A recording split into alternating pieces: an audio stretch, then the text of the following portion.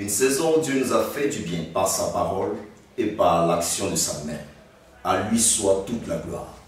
Amis internautes, bonjour. C'est sur ces paroles de reconnaissance que nous nous retrouvons encore pour ce numéro de Mon mois dans le Seigneur. Septembre 2014, 9e mois de l'année, la voix de Dieu se fait encore entendre par le canal du Bishop Jean-François Komoué. Bonjour Bishop. Bonjour frère Arnaud et bonjour à tous nos amis internautes. Nous sommes très heureux de vous retrouver encore devant vos écrans, devant vos ordinateurs, cherchant à connaître la pensée de Dieu, la bénédiction du Seigneur, la prophétie venant de la bouche de Dieu pour la saison de septembre 2014. C'est un 9e mois. 9 rappelle l'enfantement, 9 rappelle la fin de la grossesse. Je veux déjà déclarer et souhaiter à la vie de quelqu'un la fin d'une douleur, la fin d'une épreuve, la fin d'un blocage, la fin d'une traversée et enfin l'entrée glorieuse dans une nouvelle dimension, dans une nouvelle bénédiction de la part du Seigneur. Prospérité. Telle était la déclaration sur le mois d'août 2014. Bishop, nous savons qu'une telle grâce ne peut passer sans laisser de traces dans la vie des fidèles. Avons-nous quelques témoignages? La saison de la prospérité était surtout une saison pour pousser quelqu'un vers les dispositions spirituelles, les dispositions au niveau moral, les dispositions dans le comportement qui favorisent justement la prospérité. La Bible dit: prospère à tous égards comme prospère l'état de ton âme.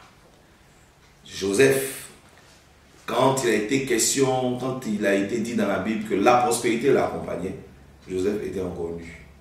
Et il était entre les mains des marchands. Mais dans cette nudité, la prospérité déjà l'accompagnait parce qu'il était dans l'état d'esprit qu'il fallait pour que dans les mois qui suivent, les saisons qui arrivaient, il puisse voir concrètement ces choses se manifester. Il avait dit plus tard, justement, Joseph, en touchant, tout ce qu'il touchait prospérait. Nul de nous avons eu quelques témoignages, malgré tout. Dieu a commencé à ouvrir des portes dans la vie de certains. Nous avons par exemple un de nos frères qui, lui, était il travaillait dans une structure de la place et qui avait 200 000 francs de salaire et qui depuis longtemps gémissait, espérait avoir mieux.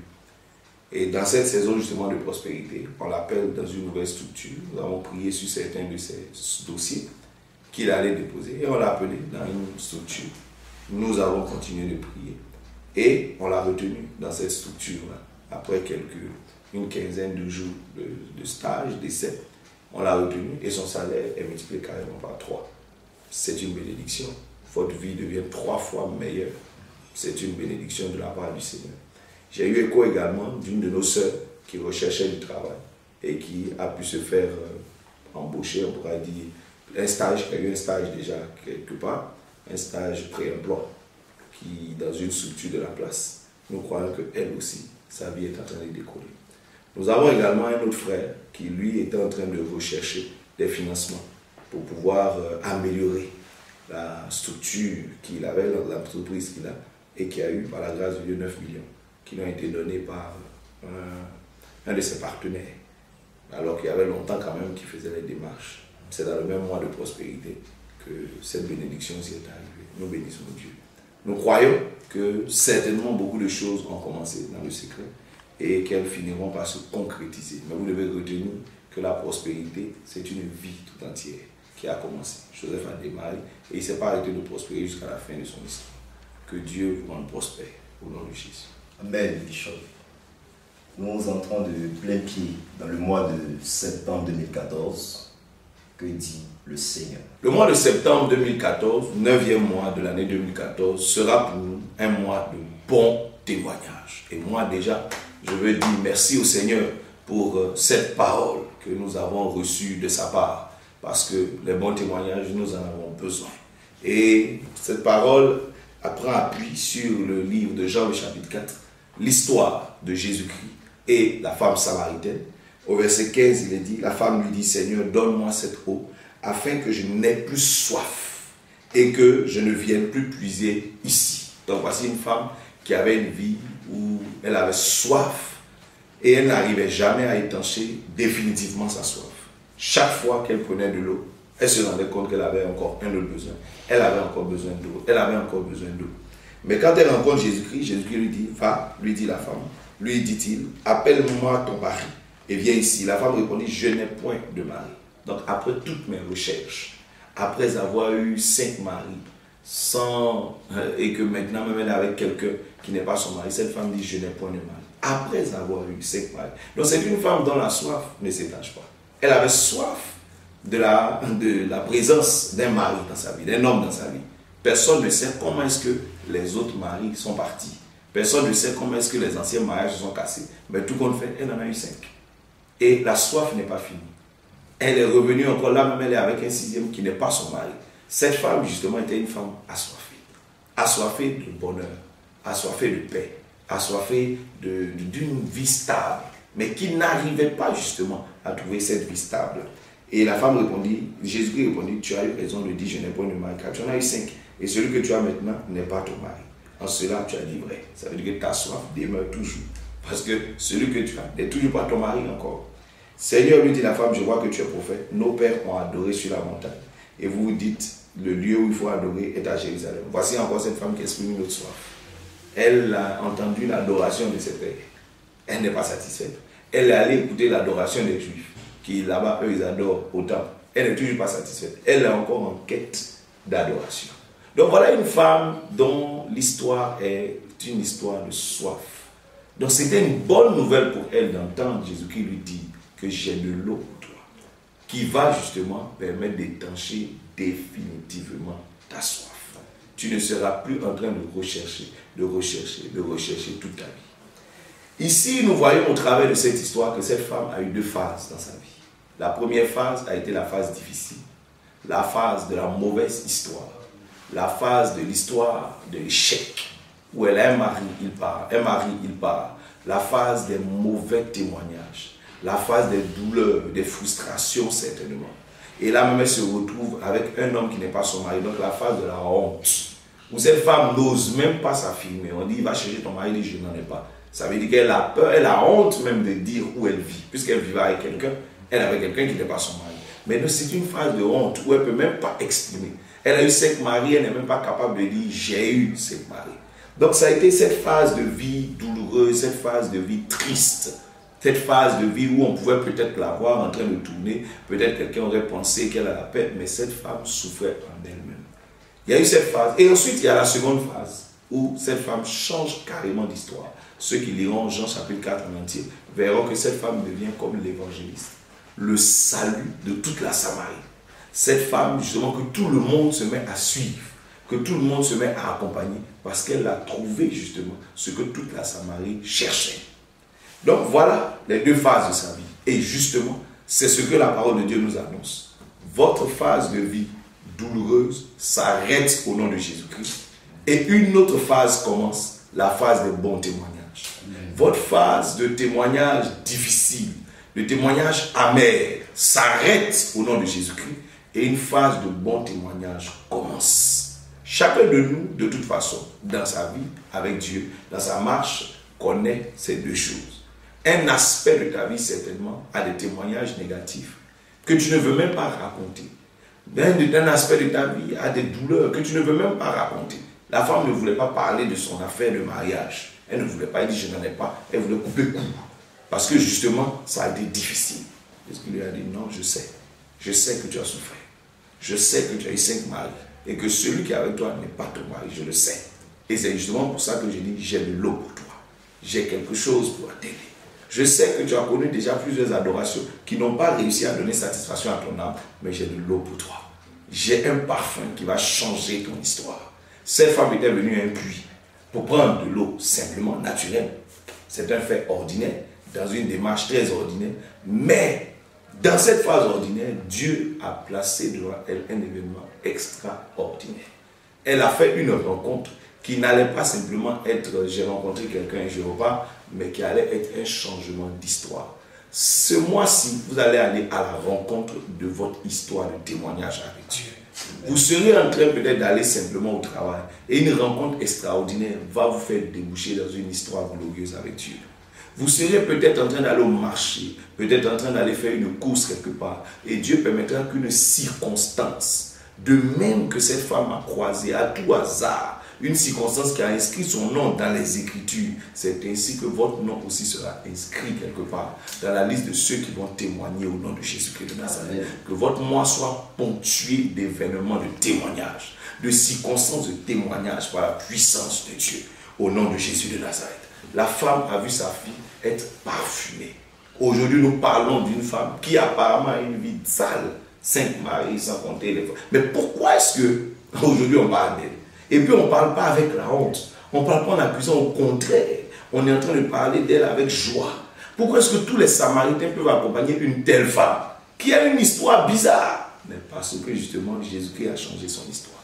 Quand Dieu change votre histoire, l'ancienne histoire disparaît. La Bible dit les choses anciennes sont passées. Rappelez-vous qu'un homme comme Paul, c'était un assassin. C'était un persécuteur d'église. C'était un homme violent. Mais pourquoi aujourd'hui Paul est devenu une référence? Personne ne dit l'assassin Paul, on dit l'apôtre Paul. Parce que Jésus-Christ a noyé l'ancienne histoire par la puissance d'un nouveau témoignage. Je prophétise qu'un nouveau témoignage, un bon témoignage va venir s'ajouter à ta vie au nom de Jésus de Nazareth. Que Dieu parfume ta vie par son parfum. Vous savez que le témoignage est un parfum de bonne odeur quand il vient de Dieu. Le parfum que le diable a mis sur vous, qui aujourd'hui a l'odeur de la mort, l'odeur de la honte, que ce parfum disparaisse et que Dieu permette que le parfum divin reste sur vous. Comme cette femme a vu l'ancienne histoire disparaître et elle est devenue comme un évangéliste. Elle a changé de statut totalement. Comment est-ce que ces choses ont pu se faire?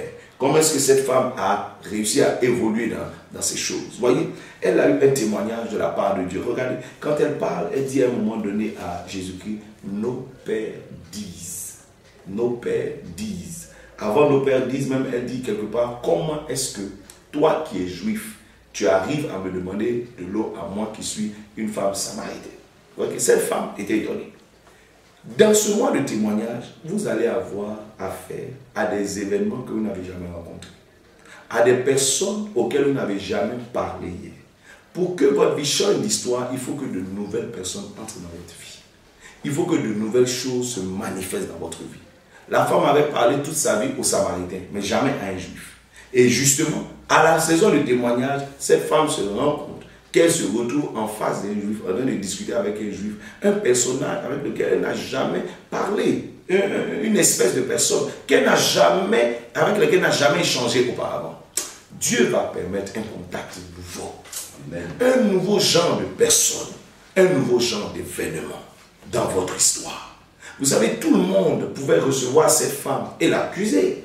Simplement parce que, si vous imaginez, c'est une femme qui a une vie difficile, 5 maris, celui avec lequel elle n'est pas son mari. Rester à côté d'une femme de ce genre, c'est salir son image, c'est salir son témoignage. Imaginez-vous quand les gens viennent trouver Jésus-Christ en train de discuter avec cette femme, on se dit quoi? Ah, mais quel contrat il est en train de signer avec une femme d'une telle vie? Est-ce que peut-être il n'est pas en train de demander une soirée demain, etc., etc. Mais la vie de Jésus-Christ est restée parce que lui n'a pas ce témoignage de cette femme. Beaucoup de gens vous accusent.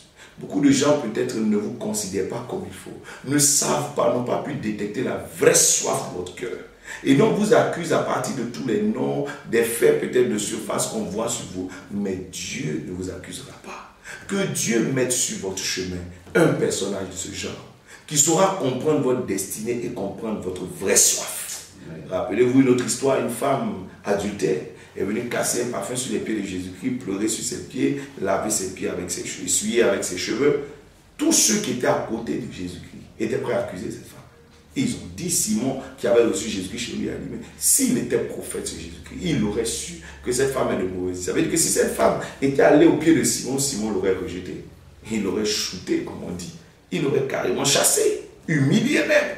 Voyez, souvent, ceux qui ne perçoivent pas le vrai besoin de votre vie, mais qui voient les faits, tu vois, autour, que le diable a essayé de mettre sur votre vie, il vous rejette, il vous humilie.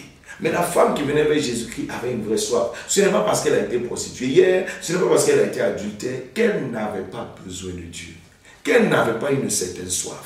Cette femme qui a eu 5 maris, elle avait une soif d'adoration, quand même dans son cœur. Peut-être que toi, aujourd'hui, le passé a mal coloré ta vie, mais tu as une vraie soif. Et Dieu veut répondre à cette soif et lui donner un témoignage. Le voleur à la croix, c'est vrai, il avait été voleur, mais c'est un homme qui recherchait le salut. C'est un homme qui prêtait attention à tout ce qui se passait dans la vie de Jésus-Christ. Même quand il n'était pas encore au poteau. La preuve, il dit à son ami, mais toi, tu es insensé. Et regarde, cet homme est juste. Nous nous sommes crucifiés pour ce que nous avons fait. Mais cet homme, moi, je l'ai suivi pendant qu'on était à terre. Je l'ai suivi, j'ai vu que cet homme est juste. Les gens le crucifient pour rien. Donc voici un voleur qui commence à témoigner de Jésus-Christ. Et qui parle en bien de Jésus-Christ. Parce que pendant qu'il volait, il suivait l'histoire de Jésus-Christ. Donc bien que cet homme soit voleur, il y avait quelque chose de bon à retenir dans sa vie. Il y avait quelque chose qui était important. Que le diable essayait de noyer, mais que Dieu a exposé.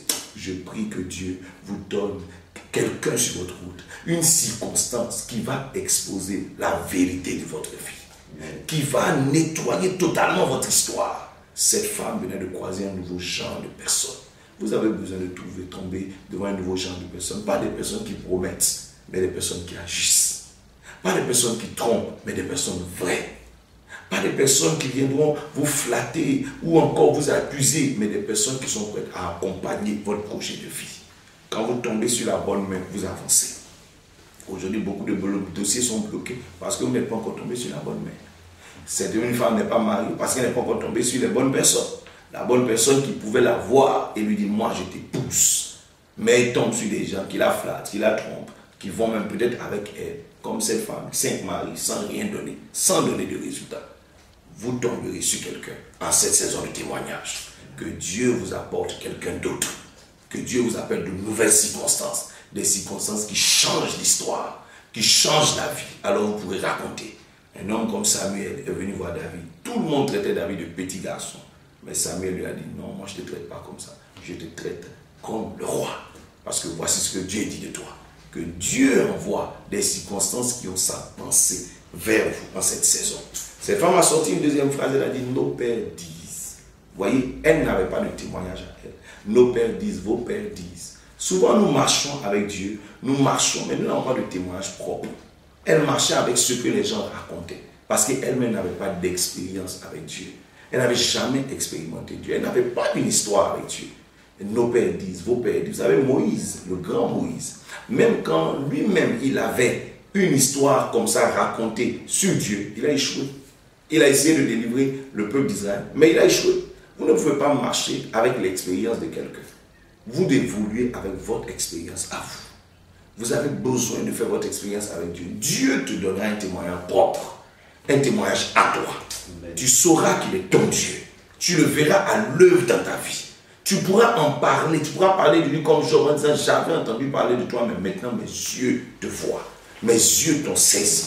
Moi-même j'ai quelque chose à dire. David a dit, l'Éternel est mon berger. Donc, un homme a dit à David, mais les pains qui sont là sont juste les pains de proposition faits pour les sacrificateurs. Il dit, moi j'ai expérimenté Dieu. Je ne vais pas marcher selon ce que tu dis, mais je vais marcher selon ce que Dieu m'a dit de lui. Et la Bible dit, David a mangé lui tout son armée et ils sont morts, sans péché. Donc quelquefois, vous voyez que vous ratez des opportunités quand vous marchez avec les témoignages des gens. Mais lorsque vous avez votre témoignage propre, vous savez ce que Dieu vous a réservé, vous savez comment évoluer. Dieu donnera à quelqu'un son témoignage à lui.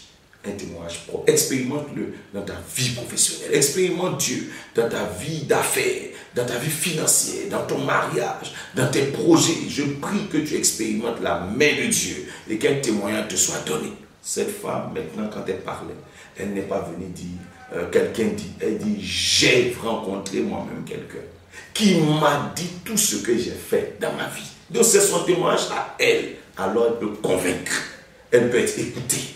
On peut la recevoir, on peut l'accueillir, on peut la suivre. Elle est sûre d'elle.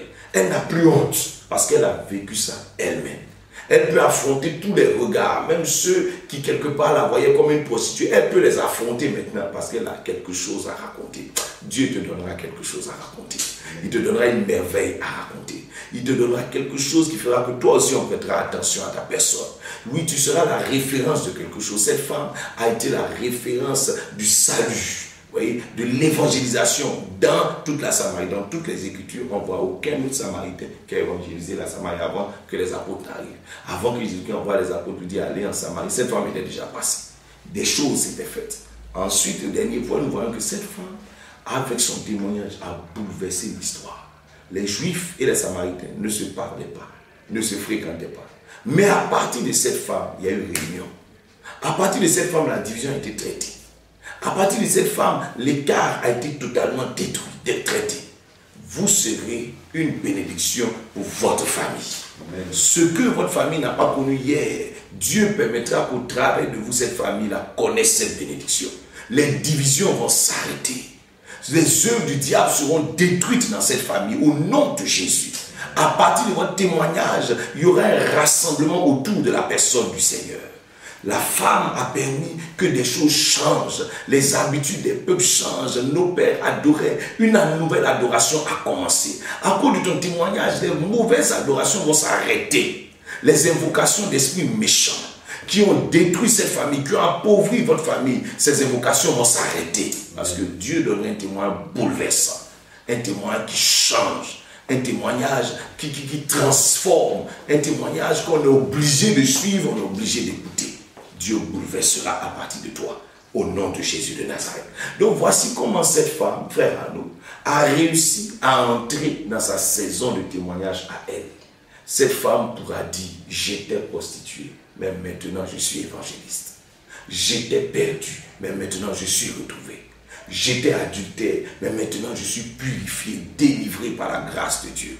Oh, j'avais un esprit de mort, j'avais une malédiction qui faisait que je perdais tout, j'échouais dans tous mes mariages. Mais maintenant, je suis béni et je suis devenu même la source de bénédiction des autres mariages. Que la grâce de Dieu vous apporte un tel témoignage au nom de Jésus de Nazareth. Vous ne verrez plus ces témoignages que les gens racontaient sur vous, mais au contraire, une nouvelle histoire va commencer. La femme avait soif, Jésus-Christ lui a dit, je vais te donner de l'eau. Que Dieu arrose votre vie par de l'eau céleste. Que cette eau-là vienne vous bénir, vienne rafraîchir votre vie. Qu'un nouveau départ commence. Que votre feuillage qui était en train de se flétrir se relève et reverdisse au nom de Jésus-Christ. Que l'Éternel vous donne une nouvelle saison par sa grâce. Au nom de Jésus. Amen. Merci Bishop pour ce thème. Et nous donnons toute la gloire à Dieu. Mais avant de faire la conclusion, est-ce que nous avons des recommandations et des livres à lire? En termes de recommandations, cette saison est une saison de prière prophétique, de déclaration prophétique, où quelqu'un pourra dire, je prophétise que mon travail est là. Je prophétise que je me marie en telle saison. Je prophétise que cette porte s'ouvre devant moi au nom de Jésus. C'est une saison de déclaration et d'actes prophétiques. Vous avez besoin de pouvoir confesser ce que Dieu veut vous accorder. Dieu a dit à Ézéchiel chapitre 37, prophétise sur ces ossements desséchés. Relâche la vie, déclare-leur ainsi dit le Seigneur, je vais vous redonner la vie. Et au fur et à mesure qu'il annonçait la parole de Dieu, la vie est revenue. Il a dit à cette femme, donne-moi à manger, car l'huile et la farine ne manqueront point dans cette maison. Il a prophétisé sur cette maison et l'huile n'a jamais manqué. Donc, nous avons besoin de prophétiser ainsi. Comment est-ce que cela peut se faire? Lisons ensemble le livre de Luc. Le livre de Luc est un livre d'actes. Luc, vous savez, est quelqu'un qui a écrit à partir des témoignages. Donc, le livre de Luc est un livre de témoignages. Ce n'est pas quelqu'un qui a vécu lui-même avec Jésus-Christ, mais ce sont les témoignages qu'il a recueillis. Et ensuite, il présente ces témoignages-là. Le livre d'Actes des Apôtres est pareil, c'est le même auteur Luc. Donc, c'est un livre de témoignages. Je crois que vous aurez votre part de témoignage au nom de Jésus. Et quand vous lirez ce livre, chaque fois que vous verrez un témoignage, prononcez ce témoignage sur vous. S'il y a eu une guérison, prononcez cette guérison sur vous. S'il y a eu une bénédiction, prononcez cette bénédiction sur vous. Prophétisez la parole de Dieu. Prophétisez ce que vous voyez dans votre existence. J'ai même dit qu'il faut anticiper sur les situations. Il faut déjà libérer la prophétie avant même que la situation n'arrive. C'est comme ça que notre Dieu travaille. Avant que la situation n'arrive, il a déjà libéré la parole. Jésus-Christ a dit, cette maladie n'est pas la mort, elle est là pour la gloire de Dieu, afin que le Fils de Dieu soit glorifié par elle. Lazare n'était pas encore mort. Mais il avait déjà annoncé quelque chose qui allait concerner la mort, en disant, ça va finir par la gloire. Ça va finir par la gloire. Et c'est exactement ce qui est arrivé. Il a anticipé. Anticipé sur les événements qui arrivent. Vous savez d'ailleurs, de toute façon, qu'il y aura un temps pour perdre. Il y aura un temps pour gagner, il y aura un temps pour jeter, il y aura un temps pour tomber. Il vaut mieux déjà prophétiser sur ces temps où la paix, où vous allez commencer à perdre, afin que la bénédiction de Dieu vous restaure et vous restaure rapidement.